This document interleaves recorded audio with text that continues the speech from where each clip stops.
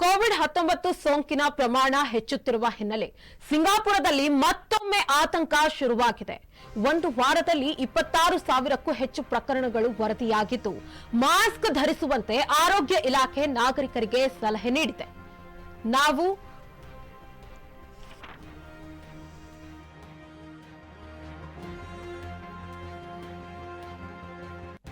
ಮತ್ತೊಂದು ಕೋವಿಡ್ ಅಲೆಯ ಆರಂಭದಲ್ಲಿದ್ದೇವೆ. ಪ್ರಕರಣಗಳ ಸಂಖ್ಯೆ ಕ್ರಮೇಣ ಹೆಚ್ಚುತ್ತಿದೆ.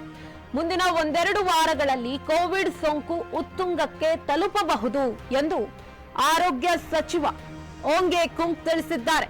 ಹಿಂದಿನ ವಾರದಲ್ಲಿ 13,700 ಇದ್ದ ಪ್ರಕರಣ ಇಂದು ಇದೇ ವಾರದಲ್ಲಿ 26,000 ದಾಟಿದೆ. ಆಸ್ಪತ್ರೆಗೆ ದಾಖಲಾಗುವವರ ಸರಾಸರಿ ಸಂಖ್ಯೆ ಕಳೆದ ವಾರ ಇದ್ದ 181ಕ್ಕೆ ಹೋಲಿಸಿದ್ರೆ ಈ ವಾರ 250ಕ್ಕೆ ಏರಿದೆ ಎಂದು ಅವರು ಮಾಹಿತಿಯನ್ನ ನೀಡಿದ್ದಾರೆ.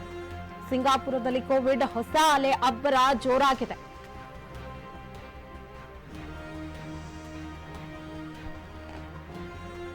ಸಿಂಗಾಪುರದಲ್ಲಿ ಮತ್ತೊಮ್ಮೆ ಆತಂಕ ಶುರುವಾಗಿರುವಂತದ್ದು. ಕೋವಿಡ್-19 ಸೋಂಕಿನ ಪ್ರಮಾಣ ಹೆಚ್ಚುತ್ತಾ ಇದೆ. ಒಂದು ವಾರದಲ್ಲಿ 26,000ಕ್ಕೂ ಹೆಚ್ಚು ಪ್ರಕರಣಗಳು ವರದಿಯಾಗಿತ್ತು. ಮಾಸ್ಕ್ ಧರಿಸುವಂತೆ ಆರೋಗ್ಯ ಇಲಾಖೆ ಈಗಾಗಲೇ ತಮ್ಮ ನಾಗರಿಕರಿಗೆಲ್ಲ ಸಲಹೆಯನ್ನ ನೀಡಿದ್ದಾರೆ. ನಾವು ಮತ್ತೊಂದು ಕೋವಿಡ್ ಅಲೆಯ ಆರಂಭದಲ್ಲಿದ್ದೇವೆ. ಪ್ರಕರಣಗಳ ಸಂಖ್ಯೆ ಕ್ರಮೇಣ ಹೆಚ್ಚುತ್ತಿದೆ. ಮುಂದಿನ ಒಂದೆರಡು ವಾರಗಳಲ್ಲಿ ಕೋವಿಡ್ ಸೋಂಕು ಉತ್ತುಂಗಕ್ಕೆ ತಲುಪಬಹುದು ಎಂದು ಆರೋಗ್ಯ ಸಚಿವ ಓಂಗೆ ಕುಂಗ್ ತಿಳಿಸಿದ್ದಾರೆ. ಹಿಂದಿನ ವಾರದಲ್ಲಿ 13,700 ಇದ್ದ ಪ್ರಕರಣಗಳ ಸಂಖ್ಯೆ ಒಂದೇ ವಾರದಲ್ಲಿ 26,000 ದಾಟಿದೆ.